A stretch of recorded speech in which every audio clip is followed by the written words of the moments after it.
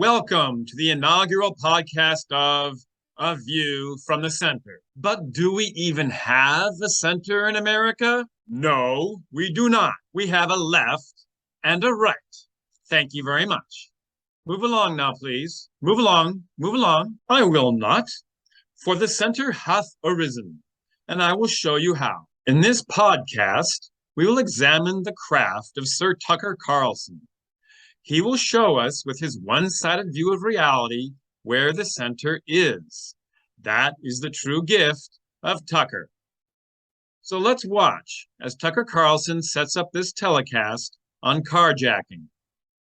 Good evening and welcome to Tucker Carlson Tonight. Turns out the symptoms of societal decay are universal. They're not unique to a specific society. You recognize them in any country at any time, now or 1,000 years ago. Always the same. The men become weak, the leaders get decadent, law enforcement gets politicized, the currency gets devalued, and then things begin to come apart. The men become weak? Now that is alarming. I want to hear more about that one.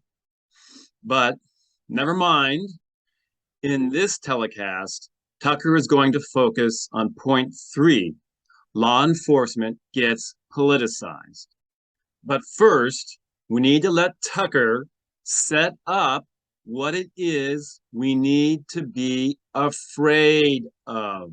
So here is Tucker to tell us about who controls the roads. Among many other things, very hard to travel anywhere. You just can't go where you want to go. With legitimate authority in retreat, roads are not controlled by the police.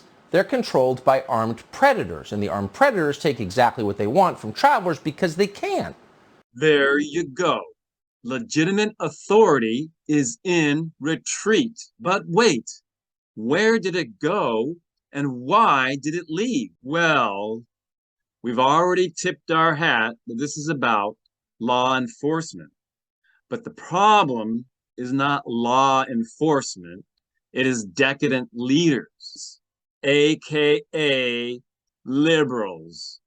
Now, before we talk about how liberals have ruined our country, Tucker is going to talk about 2 countries that are already ruined. In places like Somalia and South Africa, places where force, violence, and clan loyalty have replaced law and order, places where might makes right. In the city of Johannesburg, for example, a vehicle is hijacked on average once every hour of the day. Now, once that happens, there's really no coming back from it. Nobody's going to build anything in a city with endemic carjacking. You heard that, right? No one is going to build in a place that has endemic carjacking. Now, I was curious about that, so I looked it up, and I wanted to compare building permits in South Africa to the United States, and here it is. I got this graph from tradingeconomics.com. Notice the blue line is South Africa and the black line is America, and both countries after COVID are increasing the number of building permits.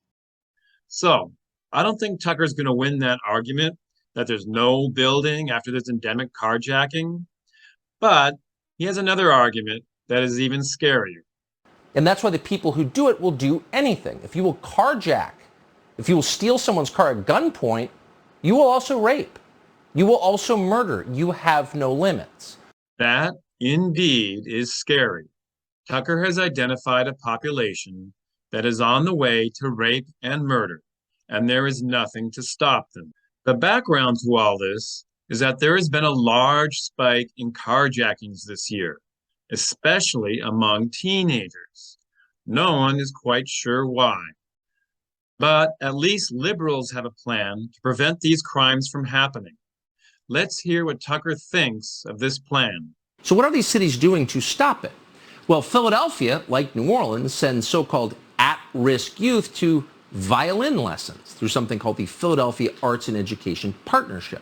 So the idea is, after a month of violin lessons, these young criminals, people who've been busted committing crimes, get their records expunged.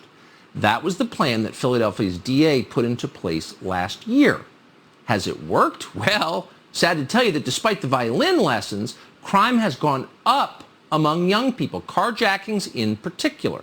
As Philadelphia's police commissioner Daniel Outlaw put it, quote, "I don't want to say it's surprising, but it's definitely concerning." Really? So, what Tucker has given us is a useful dichotomy between left and right. The left wants to rehabilitate criminals, while the right wants to lock them up. Said another way, the left has hope and the right has fear. As seen from the center, the left is naive and the right is draconian.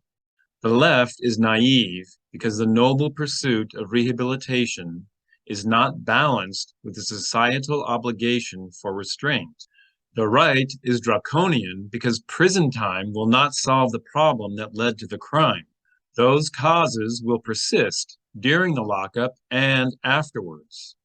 Now, since there is no center in America, we find it very hard to be sensible. We just go back and forth between two ideologies that simply don't work. As seen from the center, hope and fear are both called for, and only when they are integrated will we begin to see a healthier society. Thank you for watching this inaugural podcast of A View from the Center.